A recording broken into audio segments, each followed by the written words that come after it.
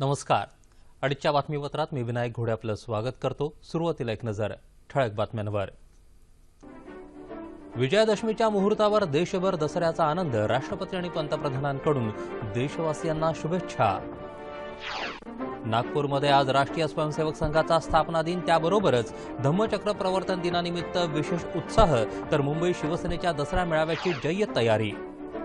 स्थापना दिनानिमित्तानं राष्ट्रीय स्वयंसेवक संघाचं नागपुरात पथसंचलन आणि शस्त्रपूजनाचा सोहळा. पाकव्याप्त काश्मीरसह संपूर्ण काश्मीर हे भारताचंच अविभाज्य अंग. सरसंघचालक मोहन भागवत यांचं प्रतिपादन. 60व्या धम्मचक्र प्रवर्तन दिनानिमित्त नागपुरातल्या दीक्षाभूमीवर लक्षावधी भीमसैनिकांची मांदियाळी. कृष्णा खोऱ्यातलं मराठवाड्याच्या हक्काचं 7 टीएमसी पाणी मिळवून देणारच, मुख्यमंत्र्यांनी दिली ग्वाही. आणि इंदोर क्रिकेट कसोटीत भारताचा दुसरा डाव 216 धावांवर घोषित. न्यूझीलंडसमोर विजयासाठी 475 धावांचं लक्ष्य. आज विजयादशमी. पवित्र 3.5 मुहूर्तातला हा मुहूर्त भारतभर अत्यंत उत्साहानं साजरा केला जातो. नवरात्र म्हणजे शक्तीपीठांची साध्यंत पूजा केल्यानंतर असुर वृत्तीवरती मिळवलेल्या विजयाचं प्रतीक म्हणून दसरा सण साजरा केला जातो. अनेक हृदयांना जोडणारा हा महत्त्वाचा सण. दूरदर्शनच्या सह्याद्री वाहिनीकडून आमच्या प्रेक्षकांना दसऱ्याच्या हार्दिक शुभेच्छा. विजय मिळवून यश कीर्ती संपादन करून देणारी ही विजयादशमी. या दिवशी नवीन योजना, व्यवसाय यांची सुरुवात केली जाते. कर्मभक्ती हीच देवभक्ती मानून आपापल्या कामाच्या साहित्याचं पूजन या दिवशी केलं जातं. या दिवशी परस्परांना सोनं म्हणून आपट्याची पानं देतात. समाजातील भ्रष्टाचार, हिंसाचार, विषमता, चंगळवाद अशा वाईट प्रवृत्तींचा वध करण्याचा हा दिवस. आपट्याच्या पानांचा आकार असतो तो हृदयाचा. ही आपट्याची पानं एकमेकांना देऊन सर्व भेदभाव विसरून मनानं जवळ येण्याचा, नवी सुरुवात करण्याचा हा सोन्याचा दिवस. आणि म्हणूनच म्हटलं जातं, दसरा सण मोठा, नाही आनंदा तोटा. विजयादशमीनिमित्त राष्ट्रपती प्रणव मुखर्जी, उपराष्ट्रपती हामिद अन्सारी आणि पंतप्रधान नरेंद्र मोदी यांनी देशवासियांना शुभेच्छा दिल्या आहेत. मर्यादा पुरुषोत्तमाचा आदर्श, भरत आणि लक्ष्मणाचं बंधुप्रेम यांचं अनुकरण करण्यासाठी हा उत्सव प्रेरणा देतो, असं राष्ट्रपतींनी आपल्या संदेशात म्हटलं आहे. लखनौ इथं होणाऱ्या दसरा उत्सवात पंतप्रधान नरेंद्र मोदी सहभागी होणार आहेत. दसऱ्याचा उत्सव देशभर सर्वत्र मोठ्या प्रमाणात साजरा होत असल्यामुळे सर्व राज्यांनी सतर्क राहण्याच्या सूचना केंद्र सरकारनं दिल्या आहेत. या दरम्यान कोणतीही अप्रिय घटना टाळण्यासाठी सार्वजनिक ठिकाणं तसंच धार्मिक स्थळांच्या सुरक्षेसाठी कडेकोट सुरक्षा व्यवस्था ठेवण्यात आली आहे. नागपुरात आज राष्ट्रीय स्वयंसेवक संघाचा स्थापना दिवस, त्याबरोबरच 60व्या धम्मचक्र प्रवर्तन दिनाचा विशेष उत्साह दिसून येतोय. आज सकाळीच राष्ट्रीय स्वयंसेवक संघाचा दसरा मेळावा रेशीमबाग मैदानावर संपन्न झाला. डॉक्टर केशव बळीराम हेडगेवार यांनी 1925 साली दसऱ्याच्या मुहूर्तावर राष्ट्रीय स्वयंसेवक संघाची स्थापना केली. आज त्याचा स्थापना दिवस नागपुरात उत्साहात साजरा होत आहे. नागपुरात आज राष्ट्रीय स्वयंसेवक संघाचा स्थापना दिवस अर्थात दसरा मेळावा रेशीमबाग मैदानावर संपन्न झाला. पाकव्याप्त काश्मीरसह संपूर्ण काश्मीर हे भारताचं अविभाज्य अंग आहे. तिथल्या लोकांच्या भावना सरकारला समजल्या आहेत. त्यामुळेच सीमेलगतच्या पाकव्याप्त काश्मीरमध्ये लष्करानं कारवाई केल्यानं जगात भारताची प्रतिमा उंचावली आहे. तसंच सहनशीलतेमध्येही मर्यादा असतात हा संदेश दिला आहे, असं प्रतिपादन राष्ट्रीय स्वयंसेवक संघाचे सरसंघचालक मोहन भागवत यांनी केलं. नागपूर इथं दसरा मेळाव्याला ते संबोधित करत होते. यावेळी ध्वजसंचलन आणि शस्त्रपूजा करण्यात आली.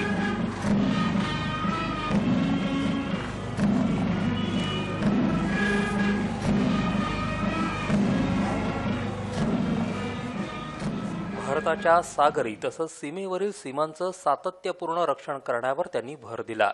यावेळी केंद्र तसंच राज्य सरकारतर्फे सुरू असलेल्या विविध योजनांमुळे भारत प्रगतीपथावर आहे, असं ते म्हणाले. शिक्षण सर्वांच्या कवेत असायला हवं, त्यासाठी सरकारकडून सुरू असलेल्या प्रयत्नांचं त्यांनी कौतुक केलं.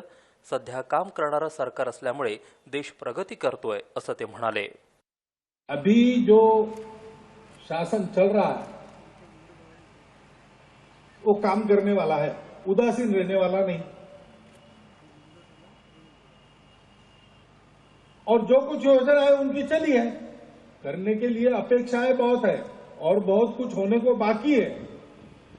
फिर भी जिस ढंग से चले हैं कुछ करेंगे ऐसा विश्वास, और अपना देश अच्छा हो सकता है ऐसा विश्वास समाज के मन में पैदा हुआ और देश धीरे धीरे आगे बढ़ रहा है। राष्ट्रीय स्वयंसेवक संघाच्या कार्यकर्त्यांना संबोधित करताना मोहन भागवत यांनी शिक्षण, संरक्षण, गोहत्या अशा विविध मुद्द्यांना स्पर्श केला. कायद्याच्या चौकटीत राहून गोरक्षणाचं काम करणाऱ्यांची तुलना कायदा मोडणाऱ्यांशी करता येऊ शकत नाही असं भागवत यावेळी म्हणाले. आज 60वा धम्मचक्र प्रवर्तन दिन. डॉक्टर बाबासाहेब आंबेडकर यांनी अशोक विजयादशमी दिनी नागपूर इथं आपल्या लाखो अनुयायांसह बुद्ध धम्माची दीक्षा घेतली. या दिवसाचं स्मरण करत धम्म विचारधन जनसामान्यांमध्ये रुजवण्यासाठी दरवर्षी मोठ्या संख्येनं प्रबुद्धजन दीक्षाभूमीवर प्रेरित होण्याकरता येत असतात.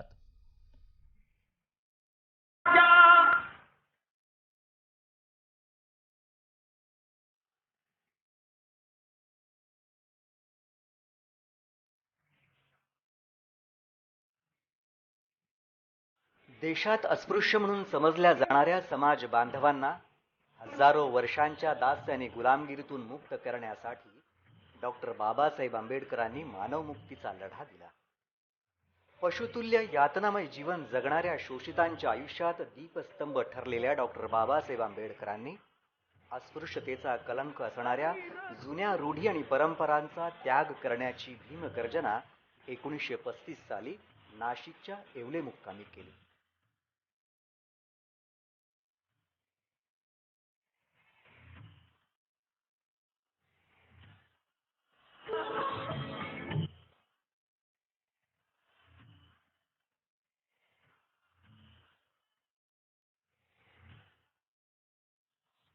सामाजिक आणि धार्मिक गुलामगिरीची बंधनं झुगारत नव्या समताधिष्ठित विश्व कल्याणकारी बुद्ध विचारांची नवी पहाट तब्बल 21 वर्षांनी उगवली.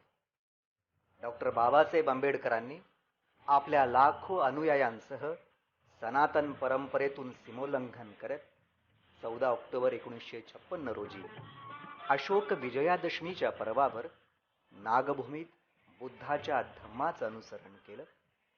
तो दिवस भारतीय इतिहासात धम्मचक्र प्रवर्तन दिन ठरला. गौतमा पडे प्रकाशंतरी तुझेच धम्मचक्र हे फिरे जगावरी. बुद्धं शरणं गच्छामि, बुद्धं शरणं गच्छामि.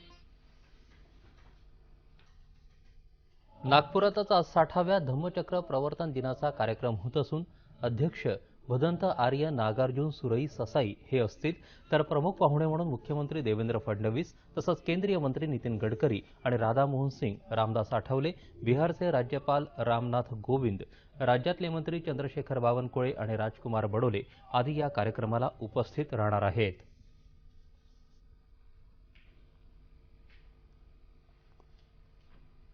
चा अंदाज असल्यामुळे त्या दृष्टीने पण आम्ही दोन्ही ठिकाणी तयारी केली. आपल्या समोरच ही तयारी आहे. दीक्षाभूमीला सगळ्या व्यवस्था, सगळं पार्किंग पासून स्वच्छता, सिटी सर्व्हिलन्स वगैरे सगळं तयारी पूर्ण झाली. आताच 11 वाजता आमच्या केंद्राचं आम्ही उद्घाटन केलं आहे, आमच्या स्टॉलचं. ही दीक्षाभूमी म्हणजे ऊर्जा भूमी आहे. आम्ही वर्षभराची ऊर्जा जीवन जगण्याची या दीक्षाभूमीवर आम्ही घेऊन जात असतो आणि ती ऊर्जा समजा आता संपली तर पुन्हा अधिक ते ऊर्जा भरून जाण्यासाठी पुन्हा आम्ही तसा येत असतो.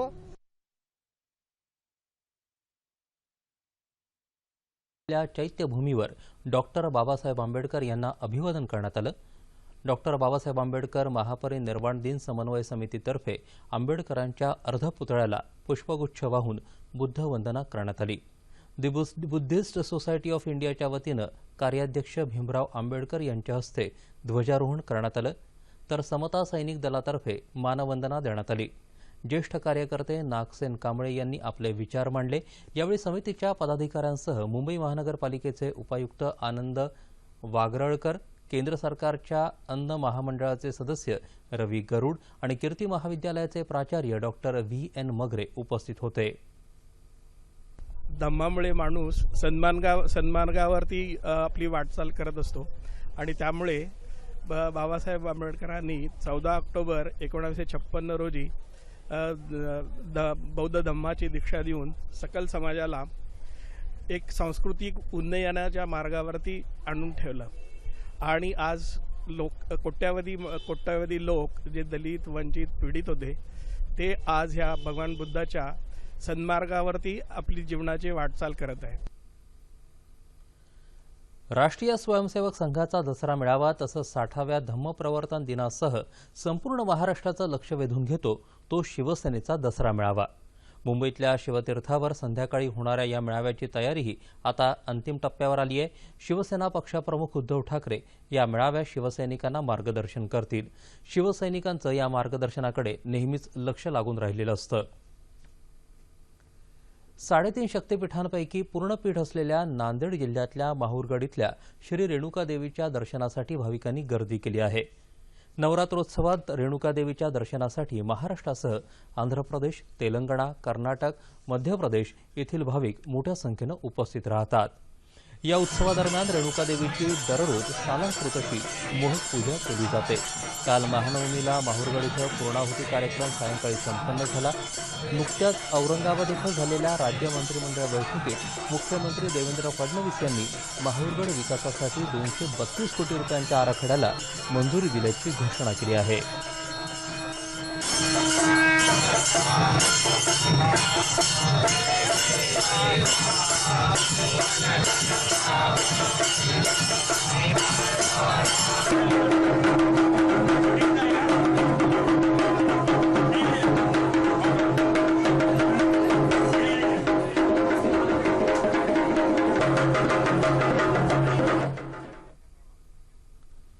विजयादशमी आणि राष्ट्रीय स्वयंसेवक संघाचा स्थापना दिन यानिमित्त आज नाशिकमध्येही संघाच्या शाखांवर बँडच्या तालावर स्वयंसेवकांनी शिस्तीचं संचलन केलं. सकाळी 7 वाजता छत्रपती पुतळ्यापासून संघ स्वयंसेवकांनी ध्वजवंदन करून शिस्तबद्ध मिरवणूक काढली. नाशिकमध्ये अशा 5 विविध मिरवणुका काढण्यात आल्या.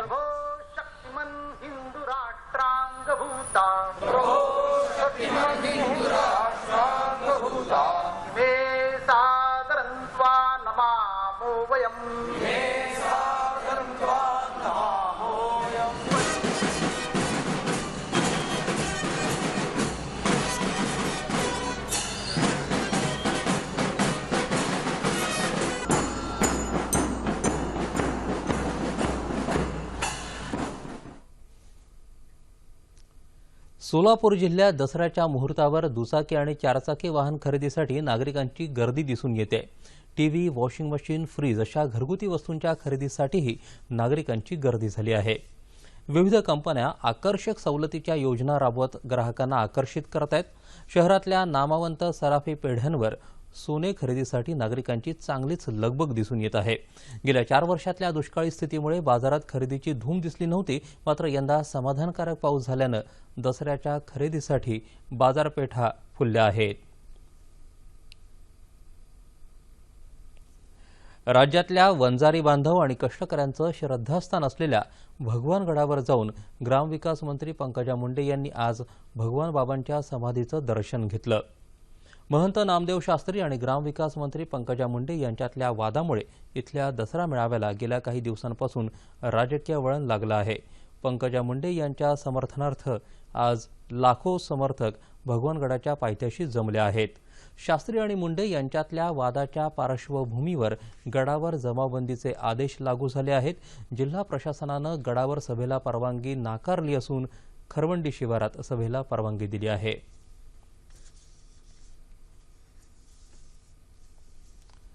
जम्मू काश्मीरमधल्या शोपिया इथं केंद्रीय राखीव पोलीस दलाच्या तळावर आज झालेल्या ग्रेनेड हल्ल्यात 9 जण जखमी झाले आहेत. जम्मू श्रीनगर महामार्गावरील पंपोर इथल्या शासकीय इमारतीत लपून बसलेल्या दहशतवाद्यांना हुसकावून लावण्यासाठी सुरू असलेली लष्करी मोहीम आज दुसऱ्या दिवशी सुरू आहे. काल सकाळी हे दहशतवादी या इमारतीत शिरले आहेत तेव्हापासून काही अंतरानं हे दहशतवादी गोळीबार करतायत. इमारतीत 2 ते 3 दहशतवादी घुसल्याचा अंदाज असून त्यांनी केलेल्या गोळीबारात एक जवान जखमी झाला आहे.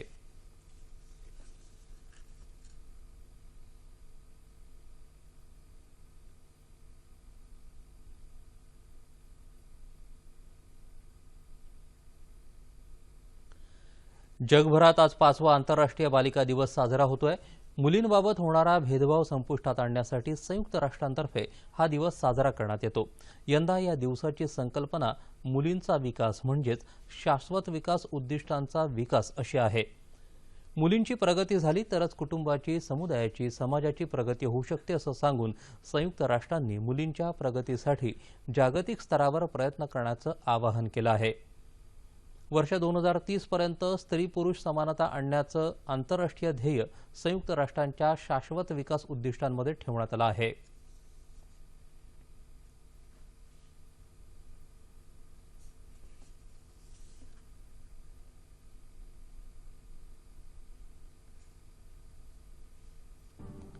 कृष्णा खोऱ्यातलं मराठवाड्याच्या हक्काचं 7 TMC पाणी त्यांना प्राधान्यानं मिळवून दिलं जाईल आणि त्यासाठीचा प्रकल्प येत्या 4 वर्षात पूर्ण करू अशी ग्वाही मुख्यमंत्री देवेंद्र फडणवीस यांनी दिली. बीड इथं आष्टी तालुक्यात बांधण्यात आलेल्या सीना मेहकरी उपसा सिंचन योजनेचं लोकार्पण आणि एका रस्त्याचं भूमिपूजन मुख्यमंत्र्यांनी केलं. त्यावेळी ते बोलत होते. कृष्णा मराठवाडा सिंचन प्रकल्पाचं काम मार्गी लागलं आहे. औरंगाबाद इथं झालेल्या मंत्रिमंडळाच्या बैठकीत या प्रकल्पासाठी 4,800 कोटी रुपयांचा निधी मंजूर करण्यात आला आहे अशी माहिती त्यांनी दिली. या प्रकल्पामुळे बीड आणि उस्मानाबाद जिल्ह्यातल्या दुष्काळी भागात पाणी उपलब्ध होईल असं ते म्हणाले. मराठवाड्यातल्या दुष्काळी भागात वॉटर ग्रीडच्या माध्यमातून उद्योग, सिंचन आणि पेयजलासाठीची महत्त्वाकांक्षी योजना आखण्यात आली असल्याची माहिती त्यांनी दिली. या कार्यक्रमाला बीड जिल्ह्याच्या पालकमंत्री पंकजा मुंडे, जलसंपदा मंत्री गिरीश महाजन, जलसंधारण मंत्री राम शिंदे, जलसंपदा राज्यमंत्री विजय शिवतारे आणि इतर मान्यवर उपस्थित होते. पूर्वी आपल्या प्रिय व्यक्तींना किंवा आप्तांना पत्र लिहिण्यासाठी खास वेळ काढला जायचा. त्या पत्रातील अक्षरांमध्ये भावनेचा ओलावा, मायेची गुंफण असायची. आता तंत्रज्ञानाच्या प्रगतीमुळे ईमेल, SMS, फेसबुक, व्हॉट्सअपद्वारे क्षणात संदेश पोहोचतोय. त्यामुळे एकेकाळी संपर्काचं माध्यम म्हणून मदतीला येणाऱ्या पोस्टाच्या पत्रपेट्या आता काळाच्या पडद्याआड जात आहेत, जीर्णावस्थेत गेल्या आहेत. या पार्श्वभूमीवर जनतेचा सेवाभावी विभाग म्हणून ओळख असणाऱ्या डाकघरांनीही कात टाकली आहे. ग्रामीण उपडाकघर सुद्धा आता इंटरनेट प्रणालीमुळे मुख्य कार्यालयाशी जोडलं जात आहे. कोर बँकिंग, CBS, डाक ATM, speed post, RD, Sukanya योजना अशा सुविधा बदलत्या तंत्रज्ञानाच्या पार्श्वभूमीवर डाकघर देत आहेत.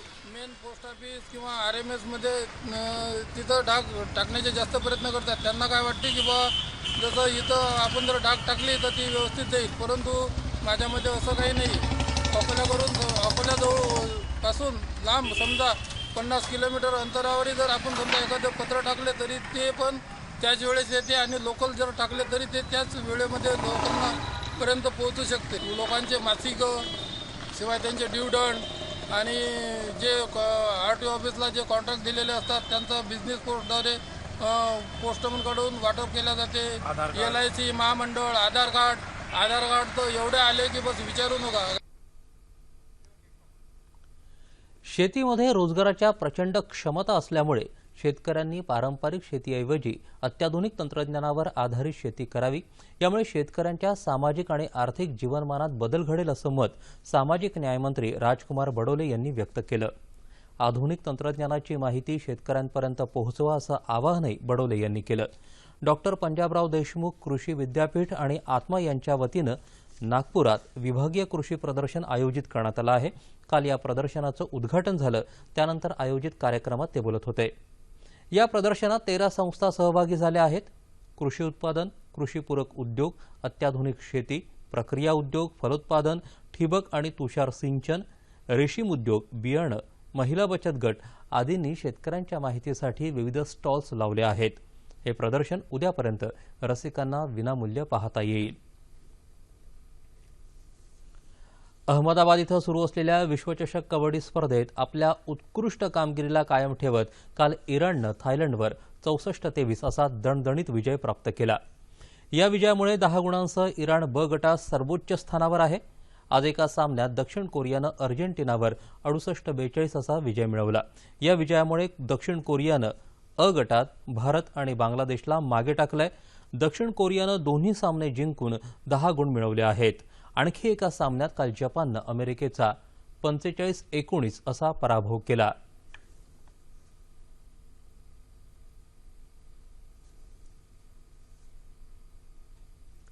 गोव्यात सुरू असलेल्या ब्रिक्स अंडर-17 फुटबॉल स्पर्धेत भारतीय संघाचा चीनसोबत सामना होणार आहे. भारतानं स्पर्धेतले आधीचे दोन्ही सामने गमावले असल्यामुळे भारतासाठी आजचा सामना म्हणजे करो या मरो असा आहे. चीननं मात्र 3 सामन्यांमध्ये 1 गुण मिळवला आहे. भारताला रशिया आणि दक्षिण आफ्रिकेकडून पराभव पत्करावा लागला तर चीनचा दक्षिण आफ्रिकेसोबतचा सामना बरोबरीत सुटला आहे. इंदोर इथं सुरू असलेल्या तिसऱ्या आणि अंतिम क्रिकेट कसोटी सामन्याच्या चौथ्या दिवशी भारतानं न्यूझीलंड विरोधात 3 बाद 216 धावांवर दुसरा डाव घोषित केला. चेतेश्वर पुजारानं संयमी फलंदाजी करत 9 चौकारांसह नाबाद 101 धावा केल्या. या सामन्यात भारतानं 474 धावांची आघाडी घेतली आहे. तत्पूर्वी कालच्या बिनबाद 18 धावांवरून खेळताना भारतानं मुरली विजय आणि गौतम गंभीर यांना गमावलं. गंभीरनं 50 धावा केल्या. दरम्यान सामन्याच्या दुसऱ्या डावात मैदानावर उतरलेल्या न्यूझीलंडच्या संघानं 2 बाद 71 धावा केल्या आहेत. आता जाणून घेऊयात हवामानाची स्थिती. येत्या 24 तासात कोकणात काही ठिकाणी तर मध्य महाराष्ट्र, मराठवाडा आणि विदर्भात तुरळक ठिकाणी पाऊस पडण्याची शक्यता हवामान विभागानं व्यक्त केली आहे. दक्षिण कोकणात तुरळक ठिकाणी मुसळधार पावसाची शक्यता हवामान विभागानं वर्तवली आहे. आता पाहूया ठळक बातम्या पुन्हा एकदा. विजयादशमीच्या मुहूर्तावर देशभर दसऱ्याचा आनंद. राष्ट्रपती आणि पंतप्रधानांकडून देशवासियांना शुभेच्छा. नागपूरमध्ये आज राष्ट्रीय स्वयंसेवक संघाचा स्थापना दिन, त्याबरोबरच धम्मचक्र प्रवर्तन दिनानिमित्त विशेष उत्साह. तर मुंबई शिवसेनेच्या दसरा मेळाव्याची जय्यत तयारी. स्थापना दिनानिमित्तानं राष्ट्रीय स्वयंसेवक संघाचं नागपुरात पथसंचलन आणि शस्त्रपूजनाचा सोहळा. पाकव्याप्त काश्मीरसह संपूर्ण काश्मीर हे भारताचंच अविभाज्य अंग. सरसंघचालक मोहन भागवत यांचं प्रतिपादन. 60व्या धम्मचक्र प्रवर्तन दिनानिमित्त नागपुरातल्या दीक्षाभूमीवर लक्षावधी भीमसैनिकांची मांदियाळी. कृष्णा खोऱ्यातलं मराठवाड्याच्या हक्काचं 7 टीएमसी पाणी मिळवून देणारच, मुख्यमंत्र्यांनी दिली ग्वाही. आणि इंदोर क्रिकेट कसोटीत भारताचा दुसरा डाव 216 धावांवर घोषित. न्यूझीलंडसमोर विजयासाठी 475 धावांचं लक्ष्य. धम्मचक्र प्रवर्तन दिनानिमित्त आज नागपूर इथं होणाऱ्या विशेष कार्यक्रमाचं दूरदर्शनच्या सह्याद्री वाहिनीवरून थेट प्रसारण होणार आहे. संध्याकाळी 6 ते रात्री 9 या वेळेत हा कार्यक्रम प्रसारित होईल. सह्याद्री वाहिनीवरील संध्याकाळचं बातमीपत्र नेहमीच्या वेळेत प्रसारित होईल. याबरोबरच हे बातमीपत्र संपलं. पुन्हा भेटूया संध्याकाळी 5 वाजता आपल्या सह्याद्री वाहिनीवर.